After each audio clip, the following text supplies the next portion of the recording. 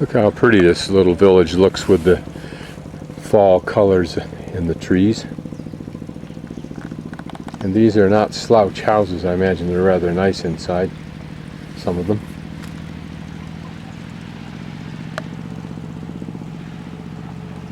And here behind me, probably the preparation for a new structure that may be a back wall for it or a defensive wall against the hill and runoff.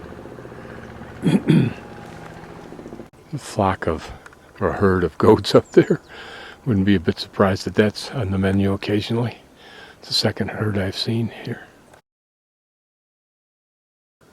Variety of arrows, often, frequently, reassure you. Here a more simple, one might say primitive version of those, what I think are family burial monuments and or plots for at least the remains.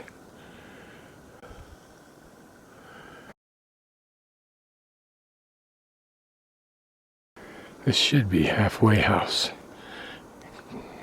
guest house.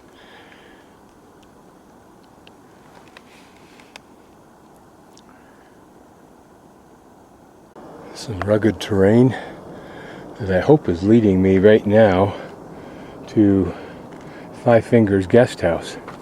If it's behind me, their signage is incredibly bad.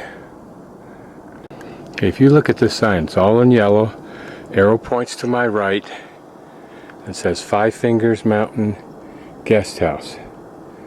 My assumption is that's the direction. The reason I went back and looked is there's the trail. It's got a long ways to go. That may be right, and I hope it is. Looks like whole slabs of rock moving down the mountain from up there.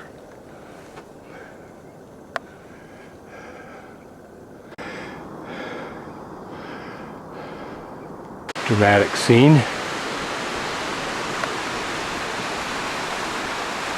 They even rigged a aqueduct going to the left here that wraps around the hill I just came around in order to channel water over onto that side of the mountain for probably terraces down below. Of course, these people have been at it for hundreds, if not more, years.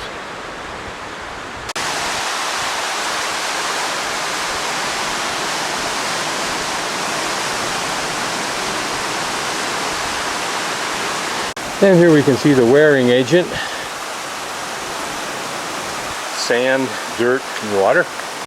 Took almost a half an hour to get from over there somewhere to where I am now, including how it cuts back deeply to the right. And as I come around the corner, I see houses, which it's my hope include Halfway House and Five Fingers. Looking back, ooh, look at that snow-capped peak. I hadn't noticed it. There's a peak.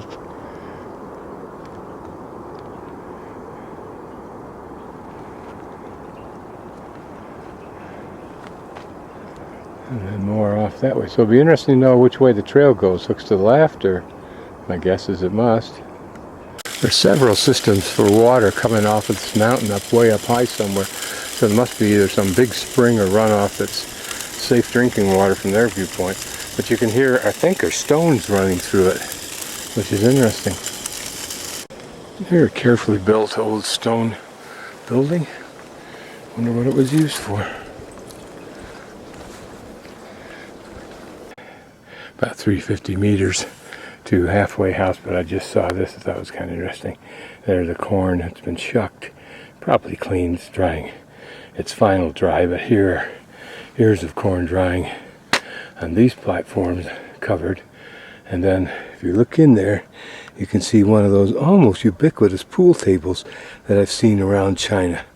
There must have been a rage at one time for that.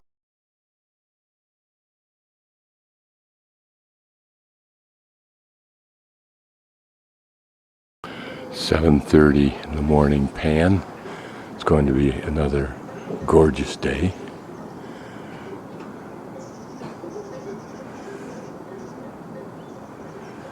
The temptation is to leap off onto the trail, but I want to wait till there's more sun so there's more to see. You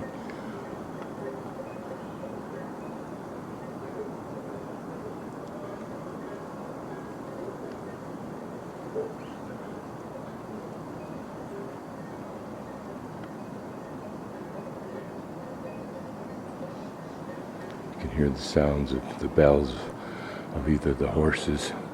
I think it's the horses. This is the guest house, or part of it. Looks like another dorm room here to the right. Our dorm was that one. And I met, they allowed me to join them last night. A group of very nice young people. Two girls from China who were with a Frenchman. Two Swiss French people who were a couple traveling by bike, a couple from Perth, and a young man, I think, from Portugal.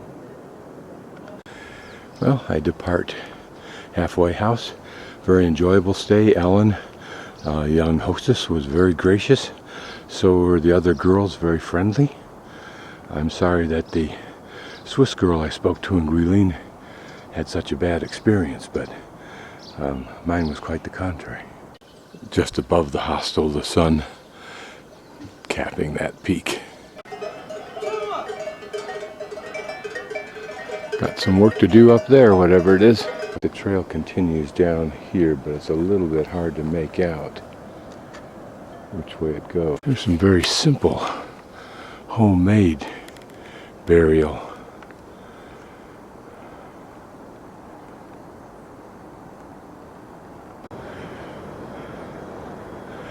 There's a Korean group.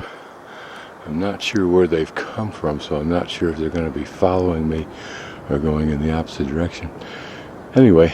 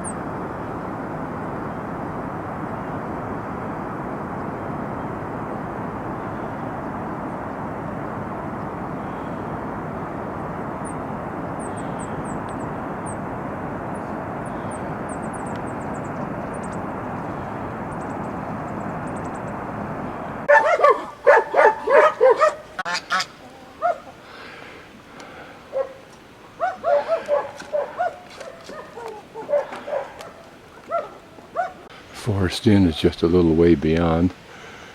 They're developing it out. It doesn't look that well developed yet.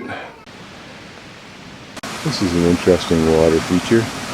My guess is that it's just designed to dissipate the power of a downhill flow, but it may be doing more than that beyond that edge.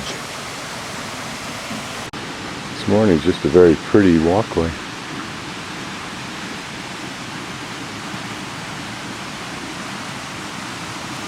Now here's where that water flows from, so it must be doing something more than that. Here's a practical way of spanning gorges, small or large. Airline cable, steel cable, holds the pipe. And it seems to work.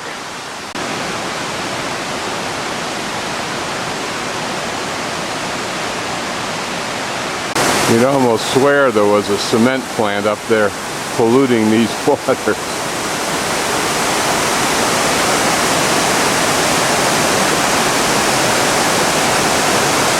And my guess is that the pebbles we hear in the pipes are in fact pebbles, and that this dirt and the pebbles adds to the quality of the soil somehow.